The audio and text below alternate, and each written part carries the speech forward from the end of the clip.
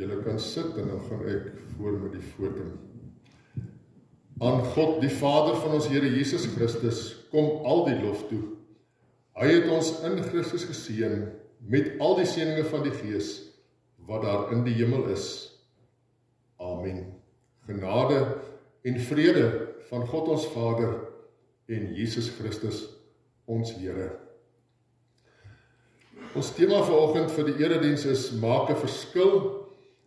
En ek gaan nou die gedeelte lees in Lukas 10, die baie bekende gedeelte waar die skrifgeleerde vir Jesus 'n strikvraag gevra het en waar Jesus toe nou die gelykenis vertel van die barmhartige Samaritaan. Wat vir ons 'n voorbeeld is van hoe 'n mens in 'n oomblik, wanneer iets gebeur wat jy beleef, hoe jy dan 'n verskil kan maak. Daar was 'n wetgeleerde wat aan Jesus 'n strikvraag wou stel. Hy staan toe op en vra: "Meneer, wat moet ek doen om die ewige lewe te verkry?" Jesus sê vir hom: "Wat staan daar in die wet van Moses geskrywe? Wat lees jy daar?" Hy antwoord: "Jy moet die Here jou God lief hê met jou hele hart, met jou hele siel en met al jou krag en met jou hele verstand en jou naaste soos jouself." "Jy het reg geantwoord," sê Jesus vir hom. "Doen dit en jy sal die lewe verkry." Maar die wetgeleerde wou homself handhaaf en vra vir Jesus: "En wie is my naaste?" Hulle sê die man het eintlik baie goed geweet wat dit beteken om jou naaste lief te hê, maar hy wou kieskeurig wees en nie vir enige een hierdie liefde gee nie. Toe gaan Jesus gaan toe nader daarop in deur te sê: "Toe 'n man eenmal op pad was van Jerusalem af na Jerigo toe, het rowers hom aangeval. Hulle het hom kaal uitgetrek en hom geslaan, dat hy half dood bly lê en toe pad gegee. Dit gebeur toe dat daar 'n priester met daardie pad langs kom, en toe hy hom sien, gaan hy ver langs verby.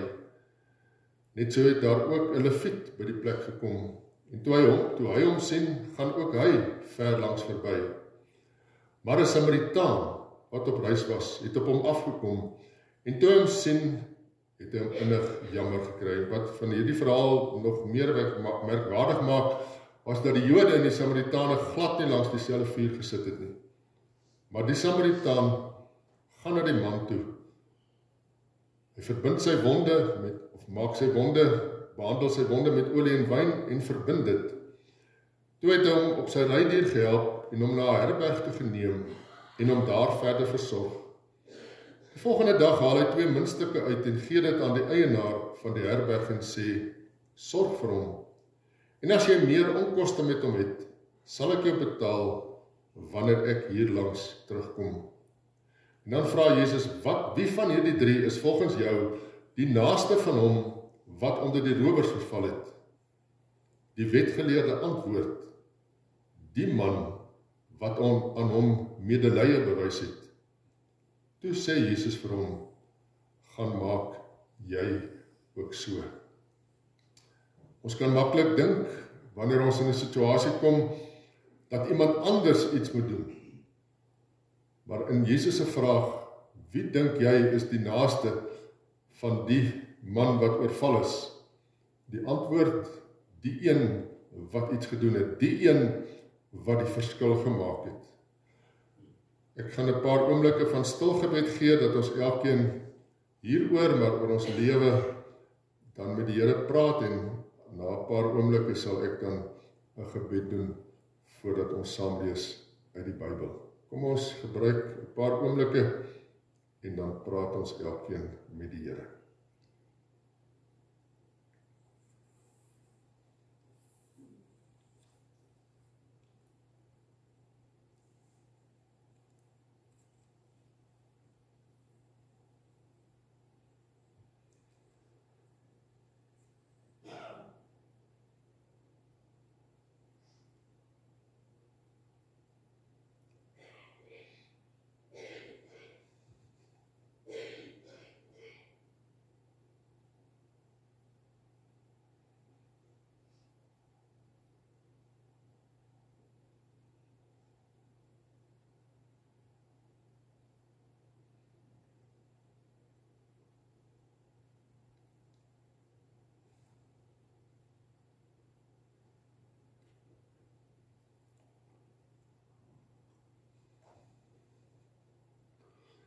Here, baie dankie dat ons vanoggend hier by mekaar kan wees in die erediens wat ons gebruik is.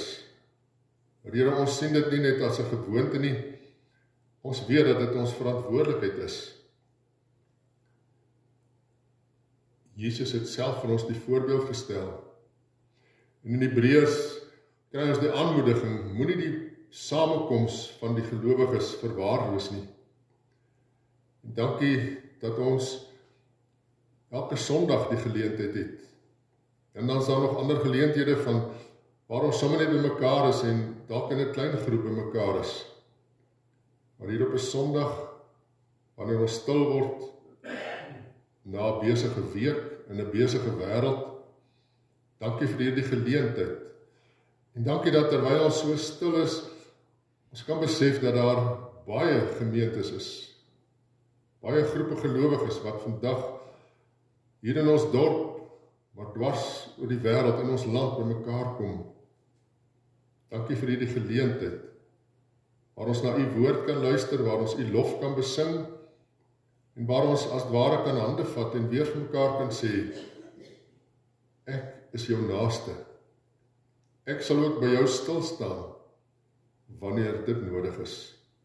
Ek sal die verskil maak, soos wat Jesus vir ons die voorbeeld gestel het. Dankie Here vir die groot voorreg, dat ons na u woord kan luister, dat ons dit kan oopmaak en lees enige tyd, enige plek, in ons eie taal. Dankie Here, dat u met ons praat, en dat u woord nooit oud word nie, dat dit altyd nuut is, en in ons lewe van vandag, vir ons 'n boodskap het. Mag ons Here, vanoggend weer, soos elke ander Sondag, na u boodskap luister, en mag ons dan elkeen dit gaan doen wat u van ons vra. Amen. Ons gaan 3 gedeeltes lees uit Handelinge. Ek wil so aan die begin vra, dit staan nou daar, het julle al, as ek nou sou gevra het, ken julle vir Josef die Leviet? Ek self sou maar moes gaan blaai het in my file, soos hulle sê. Dis nie iemand wie se naam ons regtig ken. Daar's baie ander bekender name in Handelinge.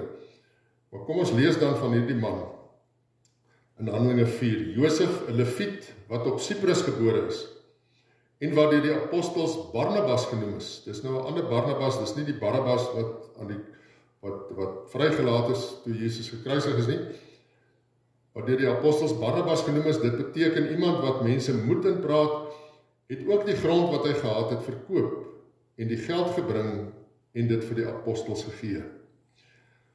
En dan lees ons in Handelinge 9, vers 26, Saulus het na Jerusalem toe gegaan, en het probeer om daar by die volgelinge van Jesus aan te sluit. Dis nou na sy bekering, daar op die pad van Damaskus, maar almal was vir hom bang, omdat hulle nie kon glo dat hy 'n volgeling van Jesus is nie.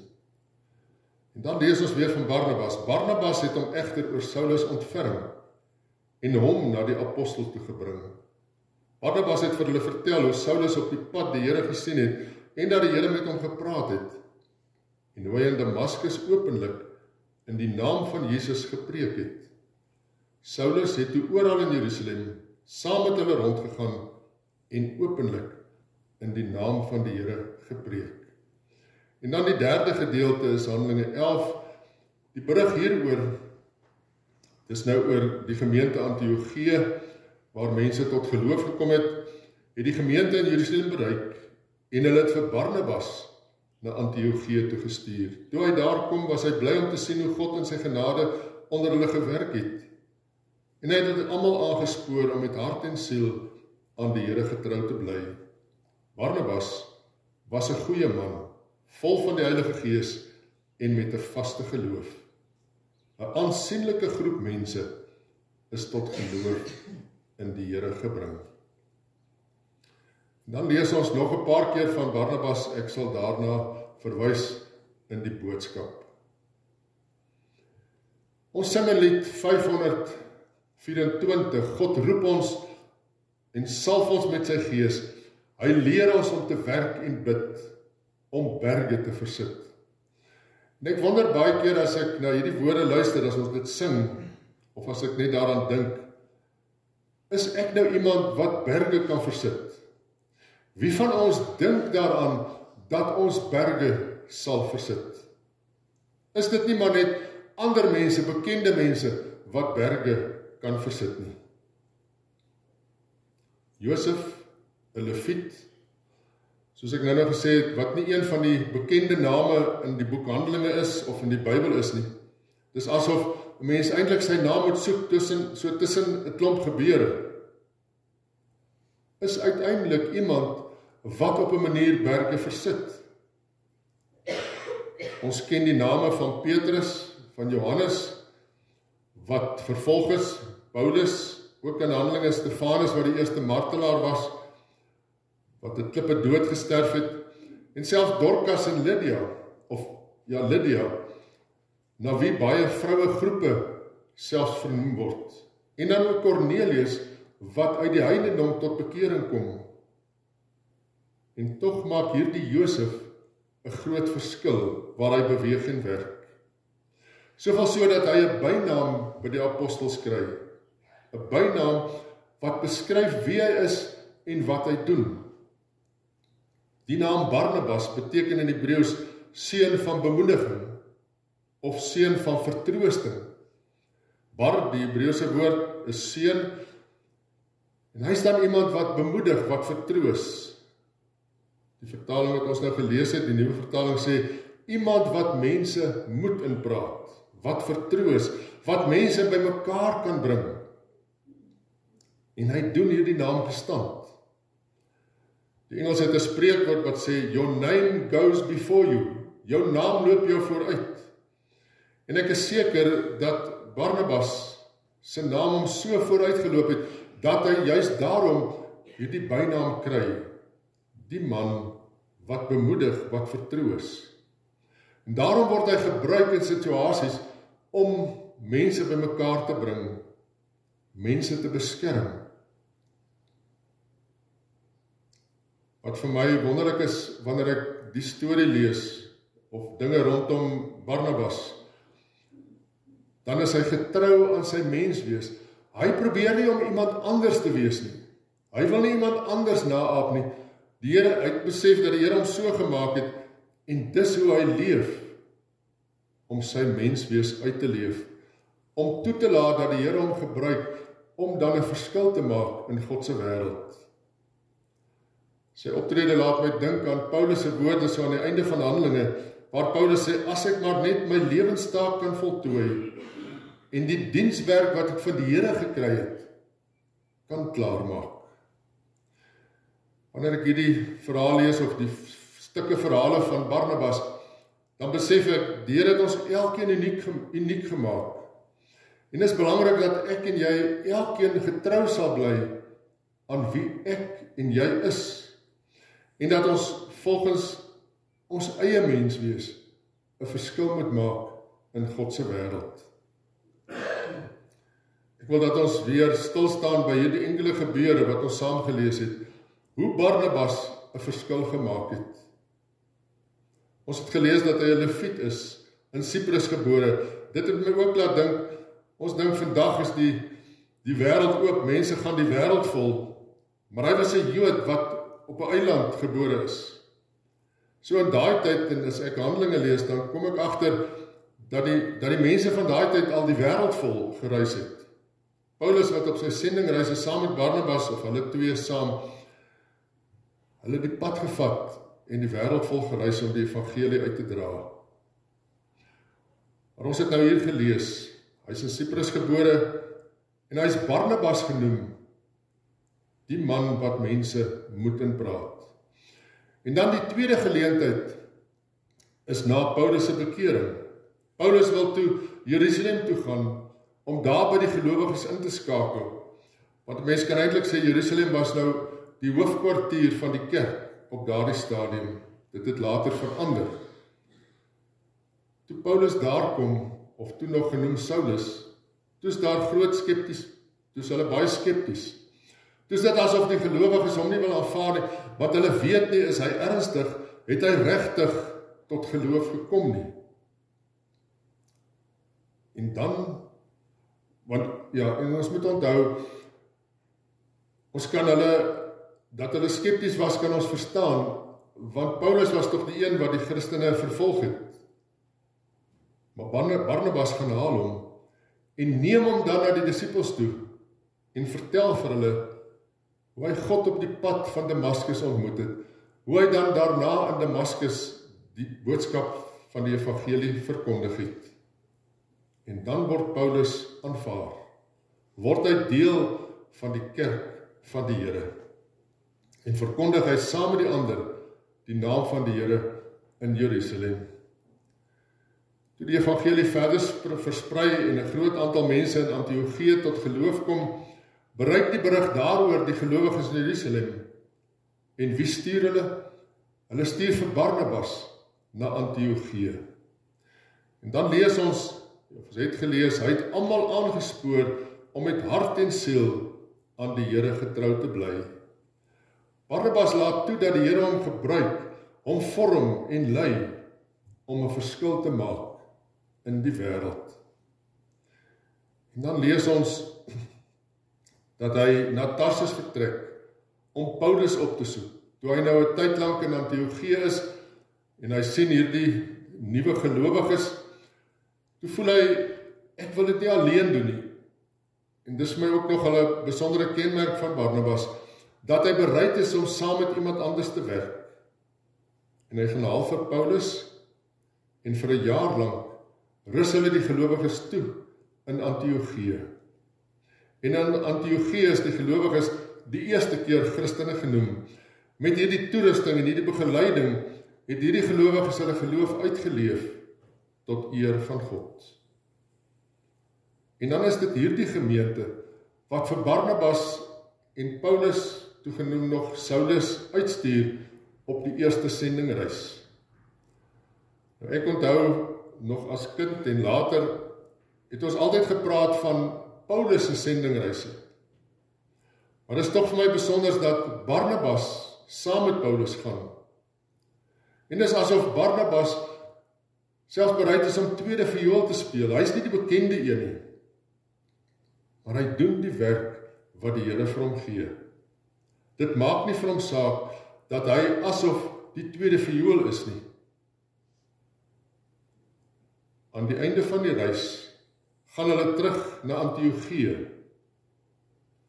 En toe gebeur daar nog iets waar hy 'n besondere rol speel.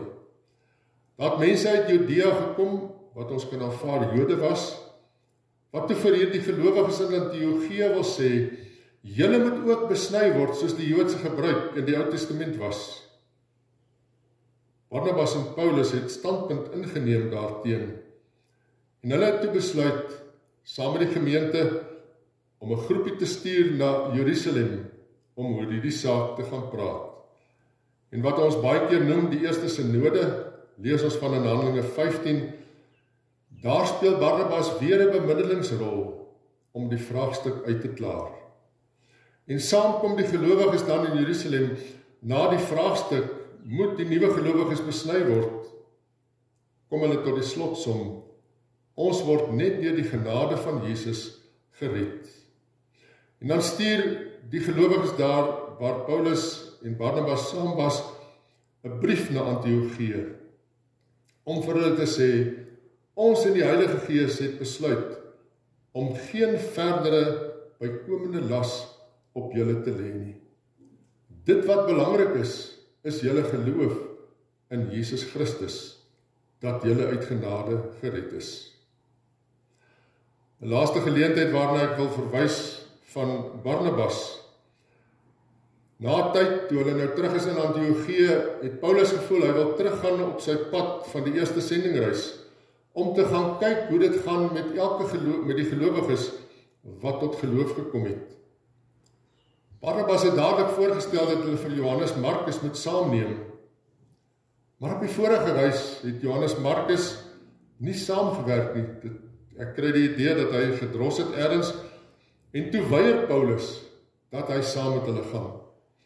En wat tot 'n groot konsternasie kon gevolg het, bring toe mee, omdat Barnabas dink ek altyd 'n oplossing vir 'n ding gehad het. Hy neem toe vir Johannes Markus op 'n ander sendingreis saam, en Paulus neem vir Silas saam op hierdie tweede reis waarop hy gaan. Barnabas gee vir Johannes Markus 'n tweede kans. Weer is hy die bemoediger, iemand wat ander moed inpraat. 'n Belangrike sin wat ons gelees het in Handelinge 11 vers 24, het ons gelees, hy was 'n man vol van die Heilige Gees met 'n vaste geloof. Ons is nou in die tyd nadat ons die uitstorting van die Heilige Gees gevier het, en ons is weer so bewus van dit wat die Heilige Gees in ons doen. En ek en jy moet ook toelaat dat die Heilige Gees ons vorm en gebruik.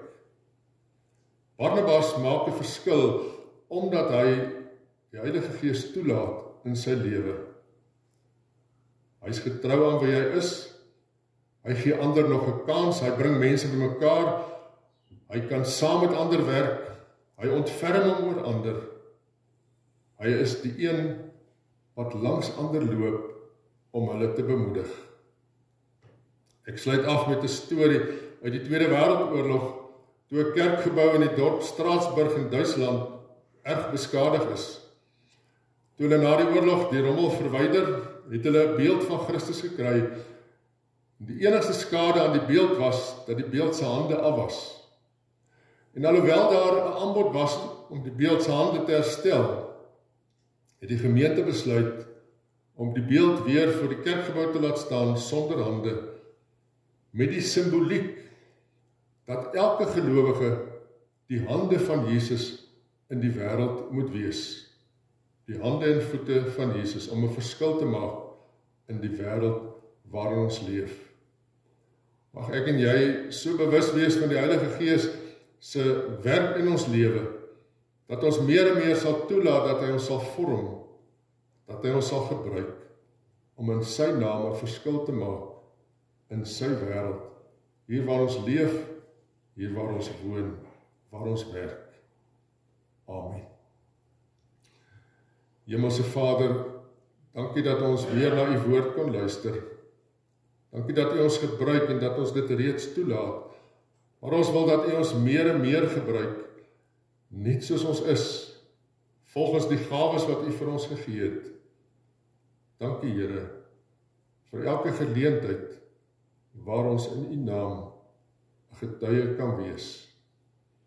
Seën hierdie gemeente.